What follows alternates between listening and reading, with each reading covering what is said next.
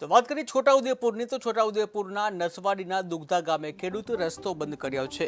પથ્થરો અને વીજપોલ મૂકીને રસ્તો બંધ કરવામાં આવ્યો છે। ત્યારે 20 વર્ષથી જમીનનું વળતર આપવામાં હાલ તો લોકો હેરાન થઈ રહ્યા છે।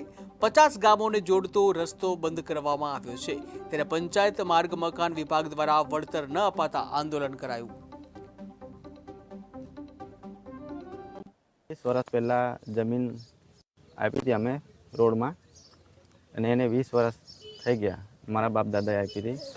એમાં વળતર જે વખતે મારા દાદા પિતાને વળતર આપવાનું જે નક્કી કરેલું હતું ને એ આજ સુધીમાં આપવામાં નથી આવ્યું અને મારા દાદા પિતાએ બધી કચેરીઓમાં ધક્કા ખાધા પણ એ બી ગુજરી ગયા। મારા દાદા પિતા એ બી ગુજરી ગયા તોય છતાં હજુ વળતર આપવામાં નથી આવ્યું અને હું 2 વર્ષથી હું કચેરીઓના ધક્કા ખાઉં છું।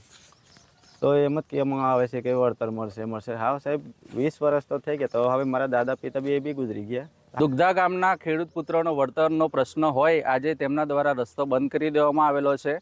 હું દારસીમેલ પ્રાથમિક શાળાની અંદર ફરજ માટે નીકળ્યો, પરંતુ રસ્તો બંધ હોવાના કારણે હવે મારે ફરીથી પાછા 20-25 કિલોમીટર પાછા જઈ અને શાળાએ જવાનો વારો આવેલો છે। નસવાડી જાઉં છું પણ આ રસ્તો બંધ કરી મૂક્યો છે એટલે મારે જવાનું કયા રસ્તે મને ખબર નહીં પડતી। અને આ ભાઈએ જે વાત કરી કે 20 વર્ષથી આ લોકોનું રસ્તાનું જમીન આમ રસ્તામાં ગઈ છે તો પછી એ લોકોને કશું ન્યાય મળ્યો નથી। એટલે સરકારને અમારે ખાલી એટલી રજૂઆત છે કે સરકાર